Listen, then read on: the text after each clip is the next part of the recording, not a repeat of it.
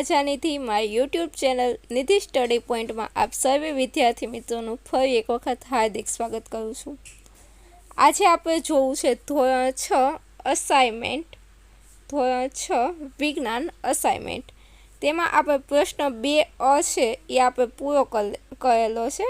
आज आपणे जोवो छे प्रश्न 2 तफावत आपो अने एमां आपणे तफावत अलग अलग जातना बधा चेप्टरना साथे जोवाना छे। तो जोईए, पहलो तफावत छे वनस्पति अने प्राणी, जे शेनो छे तो के प्रकरण 6 नो छे। प्रकरण 6 मांथी आपणे लीधेलो छे वनस्पति अने प्राणी। एमां आपणे जोईए वनस्पति, तो के वनस्पति अने जो ज्यारे तमे तफावत लखो ने त्यारे एना 2 भाग स्वरूपे लखवाना छे। एक बाजू तमे वनस्पति लखो ने बीजी बाजू प्राणी लखो। तफावत तमने 2 मार्क में पूछाय छे तो तमे 2 मुद्दा लखो तो पण चाली शके, अने जो तमने 2 करता वधारे आवडता होय तो पण तमे लखी शको छो। पण मिनिमम तमारे 2 मुद्दा लखवाना होय छे, वनस्पतिना 2 मुद्दा अने प्राणीना 2 मुद्दा। एवी रीते सौथी पहेलुं जोईए वनस्पति।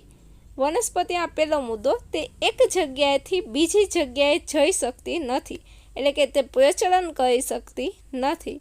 कोई पण वृक्ष होय ते एक ज जग्याए स्थिर होय छे, ते प्रचलन करीने बीजी जग्याए जई शकतो नथी। ज्यारे प्राणी शुं छे तो के ते खोराक अने રહેઠાણ माटे एक जग्याएथी बीजी जग्याए जई शके छे, एटले के प्रचलन करी शके छे। त्यारबाद जोईए बीजो पॉइंट वनस्पतिमां, ते सूर्यप्रकाशनी हाजरीमां पोतानो खोराक जाते बनावे छे, जेने आपणे शुं कहीए छीए के प्रकाश संश्लेषण। सूर्यप्रकाशनी हाजरीमां पोतानो खोराक जाते बनावे छे, जेने आपणे शुं कहीए छीए प्रकाश संश्लेषण। एटले के वनस्पति प्रकाश संश्लेषणनी क्रिया करे छे। ज्यारे शुं छे तो के प्राणी, तो के ते पोतानो खोराक माटे वनस्पति के अन्य प्राणी पर आधार राखे, एटले के तेओ परपोषी छे अथवा तो तेओ प्रकाश संश्लेषण करता नथी। तो अहींया आपणो पहेलो तफावत छे वनस्पति अने प्राणी, ई पूरो थाय छे। त्यारबाद जोईए आपणो बीजो तफावत श्वसन अने प्रकाश संश्लेषण। आ तफावत पण खास अगत्यनो छे, तेथी खास ध्याने लेजो अने आ तफावत परीक्षामां पूछाय एवो छे, એટલે ખાસ પાકો કરીને જવો। પહેલો પોઈન્ટ આપણે જોઈએ શ્વસનમાં। એક બાજુ આપણે શ્વસન લખી અને બીજી બાજુ પ્રકાશ સંશ્લેષણ। શ્વસનમાં જોઈએ, આ ક્રિયામાં સજીવો ઓક્સિજન વાયુ અંદર લે છે। તમે ઓક્સિજનની બદલે એની સંજ્ઞા O2 આવી રીતે પણ લખી શકો છો। ઓક્સિજન વાયુ શું કરે, પોતાની અંદર લે અને કાર્બન ડાયોક્સાઇડ વાયુ બહાર કાઢે। कार्बन डाइऑक्साइड ने आपणे संज्ञा स्वरूपे लखीए तो CO2। C हमेशा केपिटल मोटो, O एनाथी थोड़ोक नानो अने 2 छे ई केवी रीते तो के नीचे लखवानो छे। तो के श्वसनमा शुं करशे, वनस्पति श्वसनमा ऑक्सिजन वायु छे, वनस्पति होय के आपणे होय प्राणी, बधा ऑक्सिजन वायु अंदर ले अने कार्बन डाइऑक्साइड बहार काढे। ते रीते प्रकाश संश्लेषणमां जोईए पहेलो पॉइंट, आ क्रियामां वनस्पति कार्बन डाइऑक्साइड वायुनो उपयोग करे, एटले के कार्बन डाइऑक्साइड वायु पोतानी अंदर लेशे अने शुं करशे, ऑक्सिजन वायु मुक्त करशे। त्यारबाद जोईए श्वसनमां बीजो पॉइंट, आ क्रिया सजीवोमां दिवस अने रात सतत चालती प्रक्रिया छे।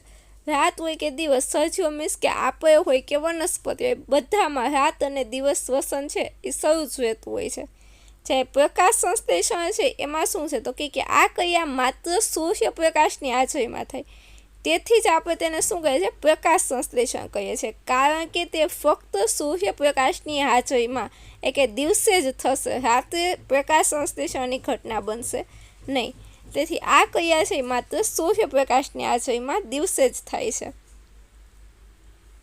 त्यारबाद जोईए आपणो त्रीजो तफावत रणमां उगती वनस्पति अने पाणीमां उगती वनस्पति। आ पण शेनो छे तो के प्रकरण 6 नो ज तफावत छे, रणमां उगती वनस्पति अने पाणीमां उगती वनस्पति।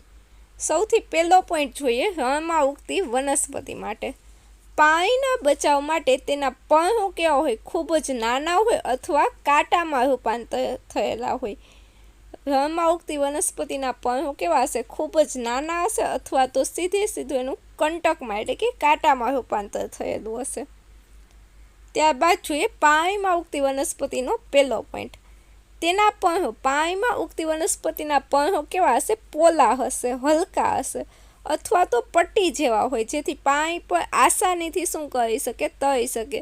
જે પટ્ટી જેવા પર્ણો છે એમાંથી પાણી છે આસાનીથી જઈ શકે, પસાર થઈ શકે, તેના માટે તેના પર્ણો કેવા હોય છે? હલકા અને પટ્ટી જેવા હોય છે. ત્યારબાદ જોઈએ રણમાં ઉગતી વનસ્પતિના મૂળ કેવા હોય છે? તો કે પાણીની શોધમાં જમીનમાં ખૂબ ઊંડે સુધી વિસ્તરેલા હોય. આપણને બધાને ખબર છે કે રણમાં પાણીની કેવી હોય? અછત હોય.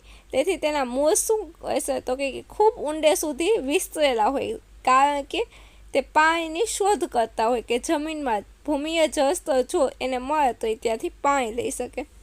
તે જલીય વનસ્પતિના મૂળ કેવા હશે? તો કે ખૂબ જ ટૂંકા અને ઓછા વિકસિત હોય.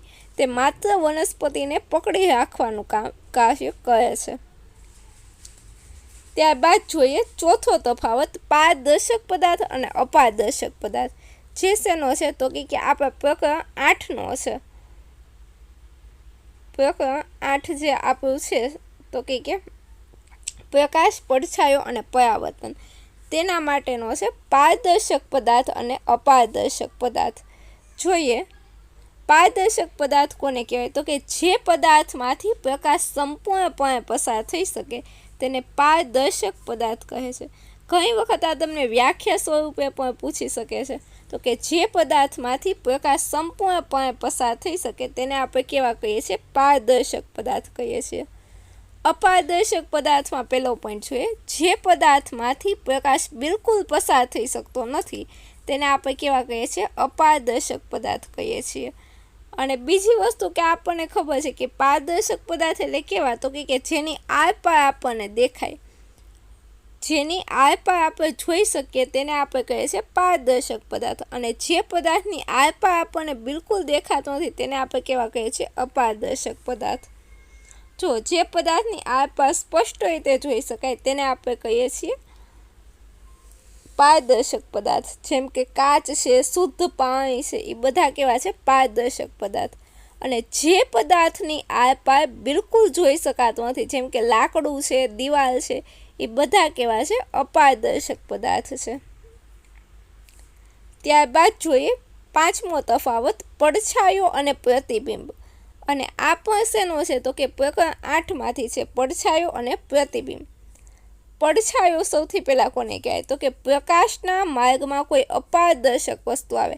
કાલે આપણે જોયું હતું કે પડછાયો કઈ રીતે રચાય? તો કે માનો કે આ પ્રકાશના કિરણ છે, પ્રકાશના કિરણના માર્ગમાં કોઈ અપારદર્શક વસ્તુ આવશે તો શું થશે? પડછાયો રચાશે. પ્રતિબિંબમાં પહેલો પોઈન્ટ જોઈએ, પ્રતિબિંબ કોને કહેવાય? તો કે અરીસા જેવી ચળકતી સપાટી પરથી પ્રકાશના પરાવર્તનને કારણે પ્રતિબિંબ રચાય છે. જ્યારે પ્રકાશ છે કોઈ અરીસા જેવી ચળકતી કે લીસી સપાટી ઉપર પડશે અને પ્રકાશનું પરાવર્તન થશે, તેના લીધે આપણને શું મળશે? પ્રતિબિંબ દેખાશે. ત્યારબાદ જોઈએ પડછાયો હંમેશા કેવા? તો કે કાળા રંગનો હોય. આપણને બધાને ખબર છે કે ગમે એ વસ્તુ હોય એનો રંગ ગમે તે હોય છતાં આપણને એનો પડછાયો હંમેશા કેવો દેખાશે? કાળો દેખાશે.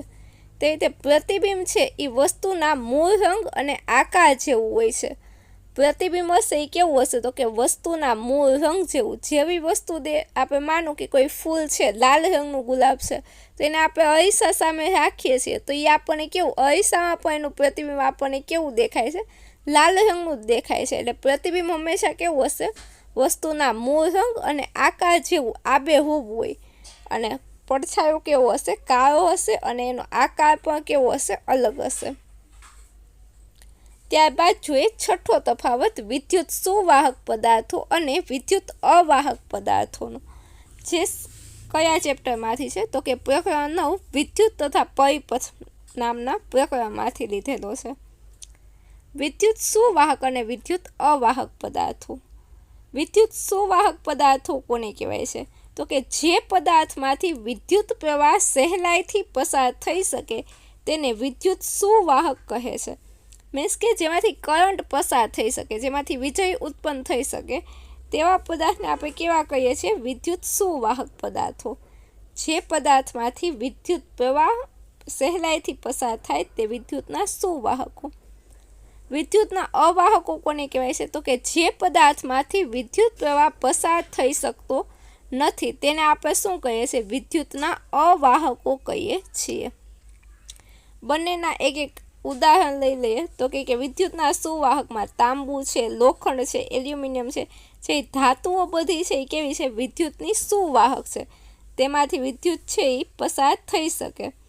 તેથી જો આપણા ઘરે જે બધા વાયર હોય છે શેના? તો કે તાંબાના બનેલા હોય છે, એટલે કે અથવા તો એલ્યુમિનિયમના બનેલા હોય છે। તેવી રીતે જોઈએ અવાહક પદાર્થોના ઉદાહરણ તો કે લબર છે, પ્લાસ્ટિક છે, લાકડું છે, થર્મોકોલ છે, આ બધા કેવા છે? વિદ્યુતના અવાહક પદાર્થો છે। ત્યારબાદ જોઈએ તફાવત 7 કુદરતી ચુંબક અને કૃત્રિમ ચુંબક, જે પ્રકરણ 10 ચુંબક સાથે ગમ્મત નામના ચેપ્ટરમાંથી લીધેલો છે।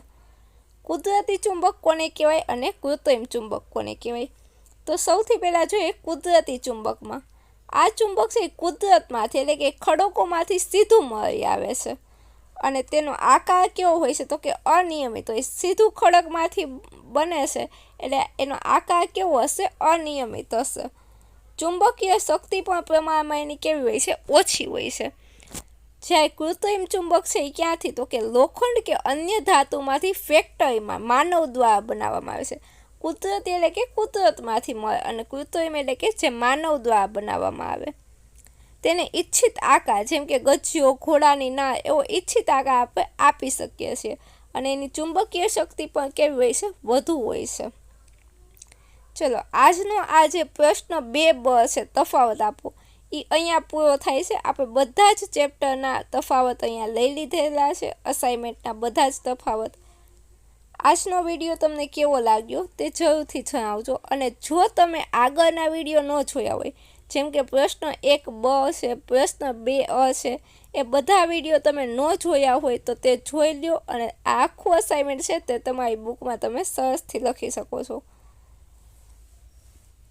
આજનો વિડીયો અહીં સુધી રાખીએ, ફરી મળીશું આવતા લેક્ચરમાં। ત્યાં સુધી થેન્ક યુ સો મચ।